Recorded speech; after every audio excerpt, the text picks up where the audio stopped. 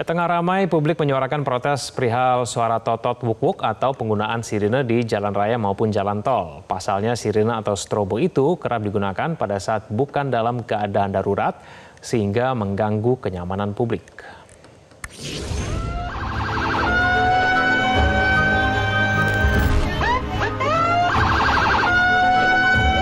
Anda pasti sudah tidak asing lagi dengan suara totot wuk-wuk ketika Anda sedang berkendara atau melintas di jalan raya.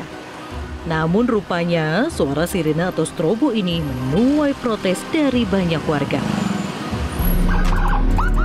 Ingatkah Anda arogansi salah satu petugas pengawal mobil dinas RI 36 pada Januari lalu yang rupanya milik utusan Presiden Bidang Pembinaan Generasi Muda dan Pekerja Seni, Raffi Ahmad.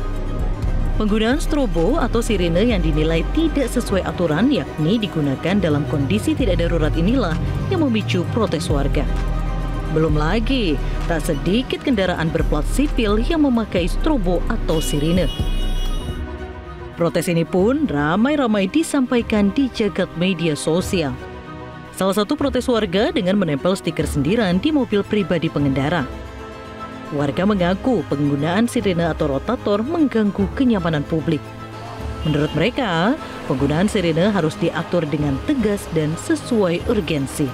Menurutku sih ganggu ya Kak, apalagi kalau misalkan kita keadaan macet kan, kadang-kadang kan bising ya, apalagi sirine yang ya kita lagi jalan enak-enak gitu kan. Ya menurutku sih cukup ganggu ya. Harusnya sih bisa bijak ya, jadi bisa memilah tuh kapan momen memang butuh patwal, tapi kalau untuk penggunaan sehari-hari sih layaknya ya seperti masyarakat biasa, karena kita lihat di beberapa negara pun penggunaan pengawalan itu diatur lah, jadi nggak begitu diperhatikan lagi gitu. Kalau emang para pejabatnya itu dipakai untuk hal-hal yang penting, misalnya urgensi tentang negara, itu baik sih menurut saya.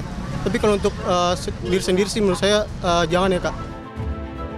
Berdasarkan Aturan Undang-Undang Nomor 22 Tahun 2009 tentang Lalu Lintas dan Angkutan Jalan, ada 7 kendaraan yang perlu diprioritaskan di jalan raya.